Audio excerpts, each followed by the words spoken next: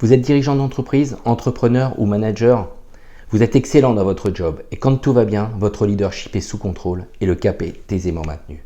Mais voilà, dans les avis de tempête et notre actualité qui nous démontre qu'ils vont être de plus en plus nombreux, vous avez le sentiment que le bateau coule et de vous sentir seul, perdu, tel Tom Hanks dans le célèbre film « Seul au monde ». Oui, ces événements imprévus, voire critiques, que traverse votre entreprise et qui glissent insidieusement, deux éléments perturbateurs qui déforment votre perception. Le premier, c'est l'émotion. Oui, cette émotion négative, parfois incontrôlable, et qui vous submerge en prenant les commandes du navire dont vous avez la responsabilité. Et instantanément, votre raison s'efface pour laisser place à la colère contre un manager ou un collaborateur qui n'aurait pas effectué correctement sa mission, alors qu'il est excellent d'ordinaire. La tristesse, car votre client ne vous aurait pas retenu lors de son appel d'offres, alors que vous pensiez avoir tout fait pour répondre à son cahier des charges. Voire la solitude, qui fait perdre parfois votre discernement. Ainsi arrive le second élément perturbateur, qui est le comportement inadapté. Et oui, celui qui vous amène à prendre des mauvaises décisions, souvent au mauvais moment, et à mener des actions inadéquates. Une rupture de la relation client qui aura des résultats catastrophiques sur le chiffre d'affaires de l'entreprise. Un licenciement arbitraire qui inexorablement portera le dossier au prud'homme, avec les conséquences que cela implique. Pire encore, un épanchement auprès d'un de vos collaborateurs dont votre vulnérabilité ponctuelle vous portera préjudice à terme.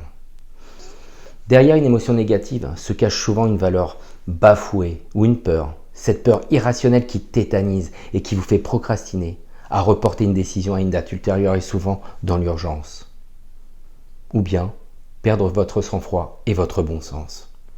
Comment retrouver sa crédibilité et son aura de leader après coup?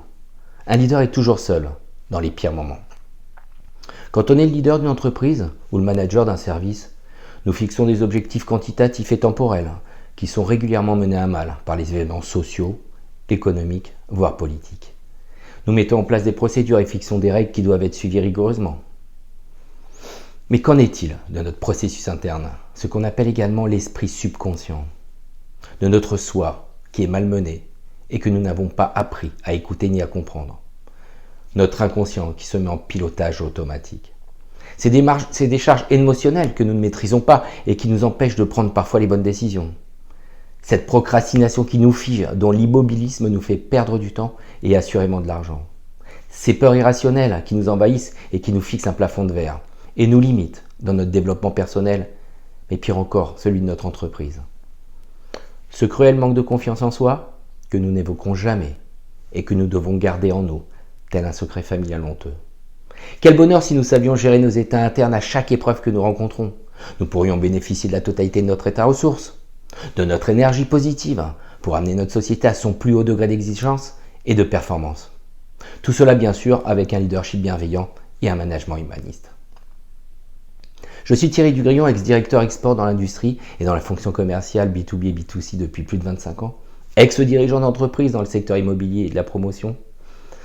Après de nombreuses formations et certifications en PNL, EFT en coaching, je suis devenu coach en neurosciences motivationnelles et spécialisé dans l'accompagnement des dirigeants d'entreprise, des entrepreneurs et des managers, qu'ils soient pour un coaching de performance ou de la gestion de leur état interne et comportemental. Lorsque je suis missionné dans le cadre d'un coaching de performance et la clarification d'un objectif, j'interviens toujours en préambule dans un coaching de l'être. Oui, ce coaching de l'être, que j'appelle celui de l'intériorité, est mis en place pour annihiler les éventuels schémas d'auto-sabotage inconscient ou les dissonances telles que les croyances limitantes par exemple.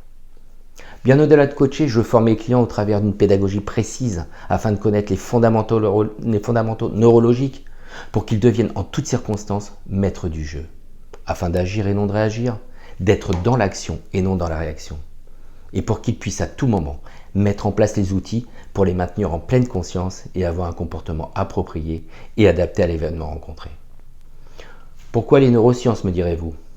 Car tout comportement découle de l'organisation neuronale que nous avons développée tout au long de notre vie, causée par nos paradigmes et notre cadre de référence. Ce qui implique que nous ne sommes pas nos comportements, mais que nous avons des comportements. Et cette dissociation est fondamentale pour assimiler le processus du changement. La bonne nouvelle, c'est qu'un comportement se change grâce à des méthodes et protocoles éprouvés depuis maintenant de nombreuses années. D'ailleurs, des études le démontrent régulièrement dans les revues spécialisées et scientifiques. Si vous voulez en savoir plus, je vous invite à prendre contact avec moi aux coordonnées qui s'affichent dans cette vidéo. Prenons rendez-vous pour un coaching offert de 30 minutes. Nous verrons ensemble les différents actes d'amélioration que vous pourriez mettre en place dans le cadre de vos futurs objectifs.